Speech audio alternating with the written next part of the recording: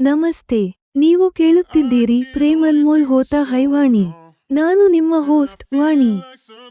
ಹಿಂದಿನ ಎಪಿಸೋಡ್ನಲ್ಲಿ ನಾವು ವಿವಾಹ ನಿರ್ವಿಘ್ನವಾಗಿ ನಡೆಯಲಿ ಎಂದು ಹಾರೈಸಿದ್ದೆವು.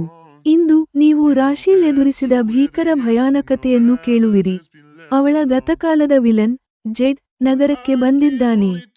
ಅಲ್ಕಾ ಮ್ಯಾಮ್ ಅವರ ತಕ್ಷಣದ ರಹಸ್ಯ ಮತ್ತು ಸರಸ್ವತಿ ಯಂತಹ ಪರಿಹಾರ ಮತ್ತು ನನ್ನ 7 ಹೆಜ್ಜೆಗಳೊಂದಿಗೆ ಆತ್ಮಗಳ ಅನುಸಂಧಾನ. ಜೊತೆಗೆ ಎಲ್ಲರಿಗೂ ಮುಚ್ಚಿಟ್ಟಿದ್ದ ರಾಶಿಲ್ ಗತಕಾಲದ ಸಂಪೂರ್ಣ ಕಥೆ. ಜೆಡ್ ಆಗಮನ ಮತ್ತು ರಾಶಿಲ್ ಭಯ. ಭಯಾನಕ ಗಾಬರಿ. ರಾಶಿಲ್ ನನ್ನನ್ನು ಭೇಟಿಯಾಗಲು ಬಂದಳು, ಆದರೆ ಅವಳು ಮೈಲುಗಳ ದೂರ ಓಡಿ ಬಂದವಳಂತೆ ರೊಪ್ಪುತ್ತಿದ್ದಳು. ಕಾರಣ, ಅವಳು ದಾರಿಯಲ್ಲಿ ಒಂದು ಟೀ ಅಂಗಡಿಯ ಬಳಿ ಜೆಡ್ನನ್ನು ನೋಡಿದ್ದಾಳೆ. ರಹಸ್ಯ ಬಯಲಾಗುವ ಭಯ. ರಾಶಿಲ್ ದಿಗಿಲಿನಲ್ಲಿದ್ದಳು. ಜೆಡ್ ತನ್ನ ಪ್ರಯತ್ನಗಳಲ್ಲಿ ವಿಫಲನಾಗಿರುವುದರಿಂದ ಈಗ ವಿವಾಹದ ಸಮಯದಲ್ಲಿ ತನ್ನ ಗತಕಾಲವನ್ನು ಬಯಲು ಮಾಡುತ್ತಾನೆ ಎಂದು ಅವಳು ಭಯಪಟ್ಟಿದ್ದಳು. ಮ್ಯಾಮ್ ತಕ್ಷಣದ ಕ್ರಮ. ನಾನು ತಕ್ಷಣ ಅಲ್ಕಾ ಮ್ಯಾಮ್ಗೆ ಕಾಲ್ ಮಾಡಿದೆ. ಅವರ ಗಂಭೀರ ಧ್ವನಿ ಕೇಳಿಬಂದಿತು. ವಾಣಿ, ನೀನು ರಾಶಿಲ್ನನ್ನು ನಿನ್ನ ಮನೆಯಲ್ಲೇ ಇರಿಸು. ನನ್ನ ಮುಂದಿನ ಆದೇಶದವರೆಗೆ ನೀವಿಬ್ಬರೂ ಮನೆಯಲ್ಲೇ ಇರಿ. ನಾನು ಎಲ್ಲ ವ್ಯವಸ್ಥೆ ಮಾಡುತ್ತೇನೆ. ಮ್ಯಾಮ್ ಸರಸ್ವತಿ ಪರಿಹಾರ. ರಕ್ಷಣಾ ವಲಯ. ಅಲ್ಕಾ ಮ್ಯಾಮ್ ಪೊಲೀಸ್ ಸೂಪರಿಂಟೆಂಡೆಂಟ್ ಅವರ ಕೆಂಪು ದೀಪದ ಕಾರನ್ನು ಕಳುಹಿಸಿ ನಮ್ಮನ್ನು ತಮ್ಮ ಮನೆಗೆ ಕರೆಸಿಕೊಂಡರು. ಅವರು ಪರಾಗ್ ಮತ್ತು ಸ್ವಪ್ನಿಲ್ ಅವರೊಂದಿಗೆ ನಮ್ಮನ್ನು ತಮ್ಮ ಕೊಠಡಿಯಲ್ಲಿ ಇರಿಸಿ ಬಾಗಿಲು ಹಾಕಿದರು. ಅತ್ಯಂತ ರಹಸ್ಯ. ಮ್ಯಾಮ್ ಪೊಲೀಸ್ ಕಮಿಷನರ್ ಅವರೊಂದಿಗೆ ಮಾತನಾಡಿ ಸಾದಾ ಉಡುಪಿನಲ್ಲಿ ನಿಗಾ ಇರಿಸಿದರು. ಜೆಡ್ನನ್ನು ನಗರದ ಹೊರಗೆ ಓಡಿಸಿದ ನಂತರವೇ ಅವನ ಮೇಲೆ ಕ್ರಮ ಕೈಗೊಳ್ಳುತ್ತೇವೆ ಎಂದು, ಯಾರೂ ನಮ್ಮನ್ನು ಅವನೊಂದಿಗೆ ತಳುಕು ಹಾಕಲು ಸಾಧ್ಯವಿಲ್ಲ ಎಂದು ಅವರು ಭರವಸೆ ನೀಡಿದರು. ನನ್ನ ನಂಬಿಕೆ ಮ್ಯಾಮ್ ಸರಸ್ವತಿ ಎಂದು ನನಗೆ ಅನಿಸಿತು. ನನ್ನ ಪಪ್ಪ ಅವರೊಂದಿಗೆ ಅವರ ವಿವಾಹದ ಹಂಬಲ ಹೊರತುಪಡಿಸಿ ಅವರ ಯಾವುದೇ ಕೆಲಸ ಅಥವಾ ಆಲೋಚನೆ ಎಂದಿಗೂ ಅಪೂರ್ಣವಾಗುವುದಿಲ್ಲ. 7 ಹೆಜ್ಜೆಗಳು ಮತ್ತು ಆತ್ಮಗಳ ಅನುಸಂಧಾನ. ನಿರ್ವಿಘ್ನ ವಿವಾಹ. ಮ್ಯಾಮ್ ಅವರ ಪರಿಹಾರದಿಂದಾಗಿ ಜೆಡ್ ಸುಳಿವು ಸಿಗಲಿಲ್ಲ ಮತ್ತು ನನ್ನ ವಿವಾಹದ ಎಲ್ಲ ಕಾರ್ಯಕ್ರಮಗಳು ವಾರದ ಅವಧಿಯಲ್ಲಿ ಪದ್ಧತಿಯಂತೆ ನಡೆದುಹೋದವು. ಮತ್ತೊಮ್ಮೆ ಜೀವನ ಸಂಗಾತಿಗಳು. ಅಗ್ನಿ ಸಾಕ್ಷಿಯಾಗಿ 7 ಹೆಜ್ಜೆ ಇಟ್ಟ ನಂತರ ಸ್ವಪ್ನಿಲ್ ಮತ್ತು ನಾನು ಈ ಜನ್ಮದಲ್ಲಿ ಮತ್ತೊಮ್ಮೆ ಜೀವನ ಪರ್ಯಂತ ಜೊತೆಯಾಗಿರುವ ಸಂಗಾತಿಗಳಾದೆವು. ನಮ್ಮ ಆತ್ಮಗಳು ರೂಪಗಳನ್ನು ಬದಲಿಸುತ್ತಾ ಜೊತೆಯಾಗಿ ನಡೆಯುವ ಸಂಪ್ರದಾಯ ಕರಾರಾಯಿತು. ಜೆಡ್ ಅಪೂರ್ಣ ಕಥೆ ಬಹಿರಂಗ. ರಾಶಿಲ್ ಸೇಡು. ಮದುವೆಯಾದ 5 ದಿನಗಳ ನಂತರ ಮ್ಯಾಮ್ ನಮ್ಮನ್ನು ತಮ್ಮ ಕೊಠಡಿಗೆ ಕರೆದು ರಾಶಿಲ್ ಗತಕಾಲದ ಸಂಪೂರ್ಣ ಕಥೆ ಹೇಳಿದರು. ರಾಶಿಲ್ ಓಡಿಹೋದ ನಂತರ ಜೆಡ್ ಗಾಯಗೊಂಡು ಬಿದ್ದಿದ್ದನು. ಗುಣಮುಖನಾದ ಮೇಲೆ ರಾಶಿಲ್ನನ್ನು ಜೀವಂತವಾಗಿ ಬಿಡಬಾರದೆಂದು ನಿರ್ಧರಿಸಿದ್ದನು. ಜೆಡ್ ಹುಚ್ಚುತನ. ರಾಶಿಲ್ ಭಾರತಕ್ಕೆ ಬಂದಿದ್ದಾಳೆಂದು ತಿಳಿದಾಗ ಜೆಡ್ ಅಪಾಯಕಾರಿ ಸಂಕಲ್ಪದೊಂದಿಗೆ ಬೈಕ್ನಲ್ಲಿ ಹೊರಟನು. ಅಲ್ಕಾ ಮ್ಯಾಮ್ ಅವರ ಮನೆಯವರೆಗೆ ತಲುಪಿದರೂ ಅವನು ರಾಶಿಲ್ನನ್ನು ಪತ್ತೆ ಹಚ್ಚಲು ಸಾಧ್ಯವಾಗಲಿಲ್ಲ. ಪೊಲೀಸರೊಂದಿಗೆ ಘರ್ಷಣೆ. ಒಂದು ದಿನ ಟ್ರಾಫಿಕ್ ಪೊಲೀಸರು ಅವನನ್ನು ತಡೆದರು. ತಪ್ಪಿಸಿಕೊಳ್ಳುವ ಪ್ರಯತ್ನದಲ್ಲಿ ಅವನು ಒಬ್ಬ ಪೊಲೀಸರನ್ನು ಗಾಯಗೊಳಿಸಿದನು. ಜೆಡ್ ಪೊಲೀಸರನ್ನು ತಪ್ಪುದಾರಿಗೆ ಎಳೆಯಲು ತನ್ನ ಬೈಕನ್ನು ಮರದ ಹಿಂದೆ ಬಚ್ಚಿಟ್ಟನು, ಆದರೆ ತಾನು ಸುರಕ್ಷಿತವೆಂದು ಭಾವಿಸಿ ಒಂದು ಧಾಬಾ ಬಳಿ ಊಟ ಮಾಡಲು ನಿಂತನು. ಅಲ್ಲೇ 2 ಪೊಲೀಸರು ಅವನ ಮಂಚದ ಪಕ್ಕದಲ್ಲಿ ನಿಂತಿದ್ದರು. ಜೆಡ್ ಈಗ ಸಿಕ್ಕಿಬೀಳುತ್ತಾನಾ? ರಾಶಿಲ್ ಗತಕಾಲ ಶಾಶ್ವತವಾಗಿ ಸಮಾಧಿಯಾಗುತ್ತದೆಯೇ? ಗತಕಾಲದ ನೆರಳು. ಪ್ರೇಮದ ಅಚಲ ಬಂಧ ಮತ್ತು ಹೊಸ ಜೀವನದ ಆರಂಭ. ಪ್ರೇಮ್ ಅನ್ಮೋಲ್ ಹೋತಾ ಹೈವಾಣಿ ಯಲ್ಲಿ ನೀವು ಕೇಳುವಿರಿ. ಎಪಿಸೋಡ್ 70. ಗತಕಾಲದ ನೆರಳು. ಜೆಡ್ ಭೀಭತ್ಸ ಮತ್ತು ಮ್ಯಾಮ್ ಸರಸ್ವತಿ ಪರಿಹಾರ. ಮರುದಿನ ರಾಶಿಲ್ ನನಗೆ ಕಾಲ್ ಮಾಡಿ, ತಾನು ನಿನ್ನನ್ನು ಭೇಟಿಯಾಗಲು ಬರುತ್ತಿದ್ದೇನೆ ಎಂದು ಹೇಳಿದಳು. ನಾವು ಮೊದಲಿನಂತೆ ಬಹಳಷ್ಟು ವಿಷಯಗಳನ್ನು ಮಾತನಾಡೋಣ ಎಂಬುದು ಅವಳ ಪ್ಲಾನ್. ಪರುಷ್ಣಿಯನ್ನು ಪರಾಗ್ ಬಳಿ ಬಿಟ್ಟು ರಾಶಿಲ್ ನಮ್ಮ ಮನೆಗೆ ಬಂದಳು. ಆ ಸಮಯದಲ್ಲಿ ಅವಳು ತುಂಬಾ ಭಯಪಟ್ಟಿದ್ದಾಳೆ. ಮೈಲುಗಳ ದೂರ ಓಡಿ ಬಂದವಳಂತೆ ರೊಪ್ಪುತ್ತಿದ್ದಾಳೆ. ನನಗೆ ಆತಂಕವಾಯಿತು. 1 ಗಂಟೆಯ ಮುಂಚೆ ತಾನೇ ಉಲ್ಲಾಸದಿಂದ ನನ್ನೊಂದಿಗೆ ಫೋನ್ನಲ್ಲಿ ಮಾತನಾಡಿದ್ದಳು. ಇಷ್ಟು ಕಡಿಮೆ ಸಮಯದಲ್ಲಿ ಏನಾಯಿತು? ಅವಳ ಭುಜಗಳನ್ನು ಹಿಡಿದು ನನ್ನ ಮಂಚದ ಹತ್ತಿರ ಕರೆದೊಯ್ದು ಮಲಗಿಸಿದೆನು. ಅವಳಿಗೆ ಮಾತನಾಡಲು ಸಾಧ್ಯವಾಗುತ್ತಿಲ್ಲವೆಂದು ನನಗೆ ಅನಿಸಿತು. ನಾನು ತಕ್ಷಣ ಅಡುಗೆಮನೆಗೆ ಹೋಗಿ ಲೋಟದಲ್ಲಿ ನೀರು ತಂದೆನು.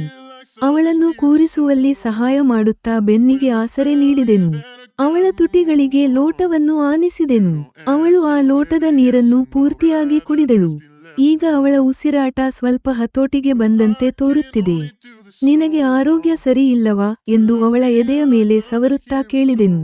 ವಾಣಿ, ನಾನು ಇಲ್ಲಿಗೆ ಬರುತ್ತಿರುವಾಗ ದಾರಿಯಲ್ಲಿ ಒಂದು ಟೀ ಅಂಗಡಿಯ ಬಳಿ ಜೆಡ್ನನ್ನು ನೋಡಿದೆ. ರಾಶೀಲ್ ತೀವ್ರವಾದ ಆತಂಕದಲ್ಲಿ ಮುಳುಗಿದ್ದಾಳೆ. ಇದು ಹೇಗೆ ಸಾಧ್ಯ? ನಿನಗೆ ಏನಾದರೂ ಭ್ರಮೆಯಾಯಿತೆ? ಅವನು ನಿನ್ನನ್ನು ನೋಡಿದ್ದಾನೆಯೇ? ನನಗೆ ನಂಬಲು ಸಾಧ್ಯವಾಗುತ್ತಿಲ್ಲ. ಇಲ್ಲ ವಾಣಿ, ಅದು ಅವನೇ. ನಾನು ಕಾರಿನಲ್ಲಿದ್ದೆ ಮತ್ತು ಗ್ಲಾಸ್ ಹಾಕಲಾಗಿತ್ತು. ಆದ್ದರಿಂದ ಅವನು ನನ್ನನ್ನು ನೋಡಲು ಸಾಧ್ಯವಿಲ್ಲವೆಂದು ನನಗೆ ಅನಿಸುತ್ತದೆ ಎಂದು ರಾಶೀಲ್ ತಿಳಿಸಿದಳು. ಇದು ಕಾಕತಾಳೀಯವೆಂದು ನನಗೆ ಅನಿಸುತ್ತಿಲ್ಲ. ಖಂಡಿತವಾಗಿಯೂ ನೀನು ಜಲಂಧರ್ನಲ್ಲಿರುವ ಮಾಹಿತಿ ಅವನಿಗೆ ತಲುಪಿದೆ ಎಂದು ತೋರುತ್ತದೆ. ನೀನು ಇಲ್ಲಿಗೆ ಬಂದಿದ್ದೀಯೇ ಎಂಬ ವಿಷಯವನ್ನು ಅವನು ತಿಳಿದುಕೊಂಡಿರುವಂತೆ ಕಾಣುತ್ತಿದೆ. ಅವನ ಉದ್ದೇಶ ಸರಿಯಿಲ್ಲ. ನಾನು ಈಗಲೇ ಮ್ಯಾಮ್ಗೆ ತಿಳಿಸಬೇಕು ಎಂದು ನಾನು ನಿರ್ಧರಿಸಿ ತಕ್ಷಣ ಮೊಬೈಲ್ನಲ್ಲಿ ಕಾಲ್ ಮಾಡಿದೆ. ರಾಶೀಲ್ ಸುಮ್ಮನೆ ಕುಳಿತಿದ್ದಾಳೆ. ಕಾಲ್ ಆನ್ಸರ್ ಆಗುತ್ತಿದ್ದಂತೆ ನಾನು ಮ್ಯಾಮ್ಗೆ ಎಲ್ಲ ವಿಷಯಗಳನ್ನು ತಿಳಿಸಿದೆನು. ವಾಣಿ, ನೀನು ರಾಶೀಲ್ನನ್ನು ನಿನ್ನ ಮನೆಯಲ್ಲೇ ಇರಿಸು. ಯಾರೇ ಬಂದರೂ ಬಾಗಿಲು ತೆಗೆಯುವ ಅಗತ್ಯವಿಲ್ಲ. ನನ್ನ ಮುಂದಿನ ಆದೇಶದವರೆಗೆ ನೀವಿಬ್ಬರೂ ಮನೆಯಲ್ಲೇ ಇರಿ. ನಾನು ಎಲ್ಲ ವ್ಯವಸ್ಥೆ ಮಾಡುತ್ತೇನೆ. ಮ್ಯಾಮ್ ಅವರ ಧ್ವನಿ ಗಂಭೀರವಾಗಿದ್ದರೂ ಅವರು ನನಗೆ ಧೈರ್ಯಶಾಲಿಯಾಗಿಯೇ ಕಾಣುತ್ತಿದ್ದಾರೆ. ಕಾಲ್ ಕಟ್ ಆಗಿದೆ. ನಮ್ಮ ಹರಟೆಯ ಪ್ಲಾನ್ ಬದಿಗೆ ಸರಿಯಿತು. ನಾನು ರಾಶೀಲ್ಗೆ ಧೈರ್ಯ ತುಂಬುತ್ತಿದ್ದೇನೆ. ಏನೂ ತಪ್ಪು ನಡೆಯುವುದಿಲ್ಲ ಎಂದು ಅವಳಿಗೆ ಮನವರಿಕೆ ಮಾಡಲು ಪ್ರಯತ್ನಿಸುತ್ತಿದ್ದೇನೆ. ವಾಣಿ ನನ್ನ ಗತಕಾಲದ ಎಲ್ಲ ವಿಷಯಗಳನ್ನು ಗುಸಿ ಬಹಳ ಬುದ್ಧಿವಂತಿಕೆಯಿಂದ ಎಲ್ಲರಿಗೂ ತಿಳಿಯದಂತೆ ಬಚ್ಚಿಟ್ಟಿದ್ದಾರೆ. ಈಗ ಎಲ್ಲ ಸಂಬಂಧಿಕರು ಸೇರುತ್ತಿರುವ ಸಮಯದಲ್ಲಿ ಈ ಮನುಷ್ಯನಿಂದ ಎಲ್ಲರಿಗೂ ವಿಷಯ ತಿಳಿದು ಹೋಗಬಾರದು. ಅವಳು ಧೈರ್ಯವಂತ ಸಿಖ್ ಹುಡುಗಿಯಾಗಿದ್ದರೂ ತನ್ನ ಮರ್ಯಾದೆಯ ಆತಂಕದಿಂದ ಭಯಪಟ್ಟಿದ್ದಾಳೆ. ರಾಶೀಲ್, ಮದರ್ ಎಲ್ಲವನ್ನೂ ಸರಿಪಡಿಸುತ್ತಾರೆ. ನಿನಗೆ ಅವರ ಬಗ್ಗೆ ಗೊತ್ತು ತಾನೆ. ನನಗೆ ಮ್ಯಾಮ್ ಮೇಲೆ ನಂಬಿಕೆ ಇದೆ. ನನಗೆ ಅನಿಸುತ್ತದೆ ಜಲಂಧರ್ನಲ್ಲಿ ನಮ್ಮ ಮನೆಯಲ್ಲಿ ನಡೆದ ಅದ್ದೂರಿ ಕಾರ್ಯಕ್ರಮದ ಕಾರಣ ಈ ಸಮಸ್ಯೆ ಎದುರಾಗಿದೆ. ರಾಶೀಲ್ ಊಹೆ ಮಾಡುತ್ತಾ ಹೇಳುತ್ತಿದ್ದಾಳೆ. ತಕ್ಷಣ ಮ್ಯಾಮ್ ಕಾಲ್ ಬಂದಿತು. ವಾಣಿ, ಈಗ ಪೊಲೀಸ್ ಸೂಪರಿಂಟೆಂಡೆಂಟ್ ಅವರ ಕೆಂಪು ದೀಪದ ಕಾರು ನಿನ್ನ ಮನೆಗೆ ತಲುಪಲಿದೆ. ನೀವಿಬ್ಬರೂ ಅದರಲ್ಲಿ ಕುಳಿತು ಇಲ್ಲಿಗೆ ಬನ್ನಿ. ರಕ್ಷಣೆಗಾಗಿ ಈಗ ನೀವು ನಮ್ಮ ಮನೆಗೆ ಬರುವುದು ಸೂಕ್ತ ಎಂದು ಮ್ಯಾಮ್ ಆದೇಶಿಸಿದರು. ರಾಶೀಲ್ ಯಾವ ಕಾರಿನಲ್ಲಿ ಬಂದಿದ್ದಳು ಆ ಕಾರನ್ನು ಮ್ಯಾಮ್ ಮೊದಲೇ ವಾಪಸ್ ಕಳಿಸಿದ್ದಾರೆ. ನಾವು ಪೊಲೀಸ್ ಕಾರನ್ನು ಏರುತ್ತಿರುವಾಗ ಸುತ್ತಮುತ್ತಲ ಜನರ ಕುತೂಹಲದ ನೋಟ ನಮ್ಮ ಮೇಲಿದೆ. ಕೆಲವು ಹುಡುಗಿಯರು ಮತ್ತು ಪರಿಚಿತರು ತಲೆದೂಗಿ ನಮ್ಮನ್ನು ವಂದಿಸಿದ್ದಾರೆ. ಈಗ ವಾಣಿ ಸಂಪರ್ಕಗಳು ದೊಡ್ಡದಾಗಿವೆ. ಅವಳ ಹಣೆಬರಹದಲ್ಲಿ ಮುಂದೆ ರಾಜವೈಭೋಗದ ಜೀವನ ಬರೆಯಲ್ಪಟ್ಟಿದೆ ಎಂಬ ಮಾತುಗಳು ನನ್ನ ಕಿವಿಗೆ ಬಿದ್ದವು. ಕೆಲವು ಸಮಯದ ನಂತರ ಮ್ಯಾಮ್ ತಿಳಿಸಿದಂತೆ ನಾವು ಅವರ ಮನೆಗೆ ತಲುಪಿದೆವು. ನಾವು ತಲುಪಿದಾಗ ಸ್ವಪ್ನಿಲ್ ನಮ್ಮನ್ನು ನೇರವಾಗಿ ಮ್ಯಾಮ್ ಕೊಠಡಿಗೆ ಕರೆದೊಯ್ದನು. ಅಲ್ಲಿ ಪರಾಗ್ ಈಗಾಗಲೇ ಇದ್ದನು. ಸ್ವಪ್ನಿಲ್ ಕೊಠಡಿಯನ್ನು ಒಳಗಿನಿಂದ ಲಾಕ್ ಮಾಡಿದನು. ನಾನು ಪೊಲೀಸ್ ಡೆಪ್ಯೂಟಿ ಕಮಿಷನರ್ ಅವರೊಂದಿಗೆ ಮಾತನಾಡಿದ್ದೇನೆ. ಸಾದಾ ಉಡುಪಿನಲ್ಲಿ ನಮ್ಮ ಮನೆಯ ಸುತ್ತ ಪೊಲೀಸರ ನಿಗಾ ಇರಿಸಲಾಗಿದೆ. ಯಾವುದೇ ಅನುಮಾನಾಸ್ಪದ ಚಟುವಟಿಕೆ ಕಂಡುಬಂದಲ್ಲಿ ಪೊಲೀಸರು ಕ್ರಮ ಕೈಗೊಳ್ಳಲು ಸಿದ್ಧರಿದ್ದಾರೆ. ಇದೆಲ್ಲವೂ ಅತ್ಯಂತ ರಹಸ್ಯವಾಗಿ ನಡೆಯಲಿದೆ ಎಂದು ಮ್ಯಾಮ್ ತಿಳಿಸಿದರು. ಗುಸಿ, ಇದುವರೆಗೆ ಎಲ್ಲರಿಂದ ಮುಚ್ಚಿಟ್ಟಿರುವ ವಿಷಯಗಳು ಎಲ್ಲರಿಗೂ ತಿಳಿದು ಹೋದರೆ ನಾನು ಯಾರಿಗೂ ಮುಖ ತೋರಿಸಲು ಸಾಧ್ಯವಿಲ್ಲ ಎಂದು ರಾಶೀಲ್ ಕಣ್ಣೀರಿಟ್ಟಳು. ನಾನು ಕಮಿಷನರ್ ಅವರಿಗೆ ಇದನ್ನು ರಹಸ್ಯವಾಗಿ ನಿಯಂತ್ರಿಸಲು ಹೇಳಿದ್ದೇನೆ. ಅವರು ಭರವಸೆ ನೀಡಿದ್ದಾರೆ. ಜೆಡ್ನನ್ನು ನಗರದ ಹೊರಗೆ ಓಡಿಸಿದ ನಂತರವೇ ಕ್ರಮ ಕೈಗೊಳ್ಳುತ್ತಾರೆ. ಅದನ್ನು ಯಾರೂ ನಮ್ಮೊಂದಿಗೆ ತಳುಕು ಹಾಕಲು ಸಾಧ್ಯವಿಲ್ಲ. ನಾವು ಜಾಗರೂಕರಾಗಿರಬೇಕು, ಆದರೆ ಚಿಂತೆಯ ಅಗತ್ಯವಿಲ್ಲ. ಮ್ಯಾಮ್ ಎಲ್ಲವನ್ನೂ ಸ್ಪಷ್ಟಪಡಿಸಿದರು. ನನಗೆ ಮ್ಯಾಮ್ ಕೆಲಸ ಮಾಡುವ ಶೈಲಿ ತಿಳಿದಿದೆ. ಅವರು ಭರವಸೆ ನೀಡಿದ್ದಾರೆ ಎಂದರೆ ನಾವು ಆತಂಕ ಪಡಬೇಕಾದ ಅಗತ್ಯವಿಲ್ಲ. ಅವರು ನನಗೆ ಸರಸ್ವತಿ ದೇವಿಯಂತೆ ಕಾಣುತ್ತಾರೆ. ನನ್ನ ಪಪ್ಪ ಅವರ ವಿವಾಹದ ಹಂಬಲ ಹೊರತುಪಡಿಸಿ ಅವರ ಯಾವುದೇ ಕೆಲಸ ಎಂದಿಗೂ ಅಪೂರ್ಣವಾಗುವುದಿಲ್ಲ. ಎಲ್ಲವೂ ಅವರು ಅಂದುಕೊಂಡಂತೆ ನಡೆಯುತ್ತದೆ. ಪೊಲೀಸರು ಜೆಡ್ನನ್ನು ಏನು ಮಾಡಿದರು ಎಂಬುದು ಯಾರಿಗೂ ನೇರವಾಗಿ ತಿಳಿಯಲಿಲ್ಲ. ನನ್ನ ವಿವಾಹದ ಎಲ್ಲ ಕಾರ್ಯಕ್ರಮಗಳು ವಾರದ ಅವಧಿಯಲ್ಲಿ ಪದ್ಧತಿಯಂತೆ ನಡೆದುಹೋದವು. ಅಗ್ನಿ ಸಾಕ್ಷಿಯಾಗಿ 7 ಹೆಜ್ಜೆ ಇಟ್ಟ ನಂತರ ಸ್ವಪ್ನಿಲ್ ಮತ್ತು ನಾನು ಈ ಜನ್ಮದಲ್ಲಿ ಮತ್ತೊಮ್ಮೆ ಜೀವನ ಪರ್ಯಂತ ಜೊತೆಯಾಗಿರುವ ಸಂಗಾತಿಗಳಾದೆವು. ನಮ್ಮ ಆತ್ಮಗಳು ರೂಪಗಳನ್ನು ಬದಲಿಸುತ್ತಾ ಜೊತೆಯಾಗಿ ನಡೆಯುವ ಸಂಪ್ರದಾಯ ಈ ಜನ್ಮದಲ್ಲೂ ಖರಾರಾಯಿತು. ವಿವಾಹಕ್ಕೆ ಬಂದ ಅತಿಥಿಗಳೆಲ್ಲ ಮರಳುತ್ತಿದ್ದಾರೆ. ವಿವಾಹವಾಗಿ 5 ದಿನಗಳ ನಂತರ ರಾಶೀಲ್ ಪರಾಗ್ ಕೂಡ ಮರಳಬೇಕು. ಅದಕ್ಕಿಂತ ಒಂದು ದಿನ ಮುಂಚೆ ಮ್ಯಾಮ್ ನಮ್ಮನ್ನು ಮತ್ತೊಮ್ಮೆ ತಮ್ಮ ಕೊಠಡಿಗೆ ಕರೆದರು. ವಿಷಯವೇನಿರಬಹುದು ಎಂದು ನಮಗೆಲ್ಲ ಊಹೆ ಇತ್ತು.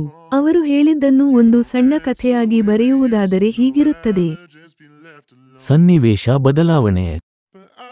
ರಾಶೀಲ್ ಜೆಡ್ನನ್ನು ಗಾಯಗೊಳಿಸಿ ಓಡಿಹೋಗಿದ್ದಾಳೆ. 1 ಗಂಟೆಯವರೆಗೆ ಅವನು ನೋವಿನಿಂದ ವಿಲವಿಲನೆ ಒದ್ದಾಡುತ್ತಿದ್ದನು. ಇನ್ನೂ ತಡವಾಗಿದ್ದರೆ ಅವನು ಸಾಯುತ್ತಿದ್ದನು. ಆದರೆ ಅಷ್ಟರಲ್ಲಿ ಅವನ ಮನೆಯವರು ಬಂದರು. ಅವರು ಜೆಡ್ ಪ್ರಜ್ಞಾಹೀನನಾಗಿ ಬಿದ್ದಿರುವುದನ್ನು ಕಂಡರು. ರಾಶೀಲ್ ಸುಳಿವೇ ಇರಲಿಲ್ಲ. ಅಲ್ಲಿ ಏನಾಗಿದೆ ಎಂಬುದು ಅವರಿಗೆ ಅರ್ಥವಾಯಿತು. ಪೊಲೀಸರ ಬಳಿ ಹೋಗುವುದು ಅವರಿಗೆ ಇಷ್ಟವಿರಲಿಲ್ಲ. ರಹಸ್ಯವಾಗಿ ಒಬ್ಬ ಸಂಬಂಧಿಕರ ಆಸ್ಪತ್ರೆಗೆ ಸೇರಿಸಿದರು.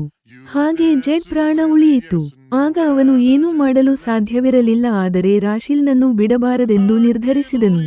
ಗುಣಮುಖನಾದ ಮೇಲೆ ಅವನು ತುಂಬಾ ಪ್ರಯತ್ನಿಸಿದನು. ಆದರೆ ರಾಶೀಲ್ ಪತ್ತೆ ಸಿಗಲಿಲ್ಲ. ನಿರಾಸೆಗೊಂಡನು. ಸೇಡಿನ ಬಗ್ಗೆ ಬಹುತೇಕ ಮರೆತಿದ್ದನು. ಆದರೆ ವರ್ಷಗಳ ನಂತರ ರಾಶೀಲ್ ಬೇರೆ ವಿವಾಹವಾಗಿ ಅಮೆರಿಕಕ್ಕೆ ಹೋಗಿದ್ದಾಳೆಂದು ತಿಳಿಯಿತು. ಆಗ ಅವನು ಏನೂ ಮಾಡಲು ಸಾಧ್ಯವಿರಲಿಲ್ಲ. ಈಗ ಜಲಂಧರ್ನಲ್ಲಿ ನಡೆದ ಕಾರ್ಯಕ್ರಮದ ಬಗ್ಗೆ ಅವನ ಸಂಬಂಧಿಕರ ಮೂಲಕ ತಿಳಿಯಿತು. ಅವನು ಜಲಂಧರ್ಗೆ ಹೋಗುವಷ್ಟರಲ್ಲಿ ತಡವಾಗಿತ್ತು. ರಾಶೀಲ್ ಭಾರತದಲ್ಲೇ ಇದ್ದಾಳೆಂದು ತಿಳಿದು ಅವನು ಇಲ್ಲಿಗೆ ಬಂದನು. ಅವಳು ಒಂದು ವಿವಾಹ ಕಾರ್ಯಕ್ರಮ ಮುಗಿಸಿ ಅಮೆರಿಕಕ್ಕೆ ಮರಳುತ್ತಾಳೆ ಎಂದು ಅವನಿಗೆ ತಿಳಿಯಿತು. ಜೆಡ್ ಅಪಾಯಕಾರಿ ಸಂಕಲ್ಪದೊಂದಿಗೆ ಬೈಕ್ನಲ್ಲಿ ಹೊರಟನು. ಇಲ್ಲಿಗೆ ಬಂದು ಅಲ್ಕಾ ಭಾಟಿಯಾ ಅವರ ಮನೆಯ ಸುತ್ತಲೂ ಶುರು ಮಾಡಿದನು. ಮನೆಯಲ್ಲಿ ಮದುವೆ ಸಂಭ್ರಮ ಕಾಣಿಸುತ್ತಿದೆ. ಆದರೆ ರಾಶೀಲ್ ಕಾಣಿಸಲಿಲ್ಲ. ಒಳಗೆ ಹೇಗೆ ಹೋಗಬೇಕೆಂದು ಅವನು ಯೋಚಿಸುತ್ತಿದ್ದಾನೆ. 2ನೇ ದಿನ ಟ್ರಾಫಿಕ್ ಪೊಲೀಸರು ಅವನನ್ನು ತಡೆಯಲು ಪ್ರಯತ್ನಿಸಿದರು. ಅವನ ಬೈಕ್ ನಂಬರ್ ಬೇರೆ ರಾಜ್ಯದ್ದಾಗಿದ್ದರಿಂದ ಪೊಲೀಸರಿಗೆ ಅನುಮಾನ ಬಂದಿತು. ಅವನು ವೇಗವಾಗಿ ತಪ್ಪಿಸಿಕೊಂಡು ಓಡಿದನು. ಅವನ ಬಳಿ ಲೈಸೆನ್ಸ್ ಇಲ್ಲದ ಗನ್ ಇತ್ತು. ತಪ್ಪಿಸಿಕೊಳ್ಳುವ ಪ್ರಯತ್ನದಲ್ಲಿ ಅವನ ಬೈಕ್ ಹ್ಯಾಂಡಲ್ ತಗುಲಿ ಒಬ್ಬ ಪೊಲೀಸ್ ಕೆಳಗೆ ಬಿದ್ದನು. ಜೆಡ್ ವೇಗವಾಗಿ ನಗರ ದಾಟಿ ಹೊರಟು ಹೋದನು. ಸ್ವಲ್ಪ ದೂರ ಹೋದ ಮೇಲೆ ಪೊಲೀಸ್ ವ್ಯಾನ್ ಸೈರನ್ ಕೇಳಿಸಿತು. ಅವನು ಅತಿ ವೇಗವಾಗಿ ಬೈಕ್ ನಡೆಸಿ ತಪ್ಪಿಸಿಕೊಂಡನು. ಒಂದು ಮರದ ಹಿಂದೆ ಅಡಗಿಕೊಂಡು ಪೊಲೀಸರನ್ನು ತಪ್ಪುದಾರಿಗೆ ಎಳೆದನು. ಅವನು ಬೇರೆ ಜಿಲ್ಲೆಗೆ ಪ್ರವೇಶಿಸಿದನು. ಅಲ್ಲಿ ಅವನು ಒಬ್ಬ ಸಾಮಾನ್ಯ ವ್ಯಕ್ತಿಯಂತೆಯೇ ಇರುತ್ತಾನೆಂದು ಭಾವಿಸಿ ಹಸಿವಾದ ಕಾರಣ ಒಂದು ಧಾಬಾ ಹತ್ತಿರ ನಿಂತನು. ಊಟ ಆರ್ಡರ್ ನೀಡಿ ಮಂಚದ ಮೇಲೆ ಮಲಗಿದನು. 2 ದಿನಗಳ ನಂತರ ಮತ್ತೆ ಅಲ್ಕಾ ಭಾಟಿಯಾ ಅವರ ಮನೆಗೆ ಹೋಗಬೇಕೆಂದು ಅವನು ಪ್ಲಾನ್ ಮಾಡುತ್ತಿದ್ದಾನೆ. ಅವನು ಹೊಟ್ಟೆ ತುಂಬಾ ಉಂಡು ಮಂಚದ ಮೇಲೆ ನಿದ್ರಿಸಿದನು. ಆಯಾಸದಿಂದ ಅವನು ಗಾಢ ನಿದ್ರೆಗೆ ಜಾರಿದನು. ನಿದ್ರೆಯಲ್ಲಿ ಯಾರೋ ಕೂಗಾಡುತ್ತಿರುವಂತಾಯಿತು. ಅವನು ಎದ್ದು ನೋಡಿದನು. 2 ಪೊಲೀಸರು ಅವನ ಮಂಚದ ಪಕ್ಕದಲ್ಲಿ ನಿಂತಿದ್ದರು. ಜೆಮಿನಾಯ್ ಸಮಾರೋಪ ಮತ್ತು ಮುಕ್ತಾಯ. ಪ್ರಿಯ ಶ್ರೋತೃಗಳೇ, ಎಪಿಸೋಡ್ 70 ಕೆಟ್ಟ ಕೆಲಸಗಳಿಗೆ ಲಭಿಸುವ ಫಲಿತಾಂಶ, ಅಚಲ ನಂಬಿಕೆ ಮತ್ತು ನ್ಯಾಯದ ಕುರಿತಾದ ಕಥೆ. ನಿಜವಾದ ಪ್ರೇಮದ ಮುಂದೆ ಸೇಡಿಗೆ ಸ್ಥಾನವಿಲ್ಲ ಎಂಬುದನ್ನು ಇದು ಸಾಬೀತುಪಡಿಸುತ್ತದೆ. ಎಪಿಸೋಡ್ 70 ಮುಕ್ತಾಯ.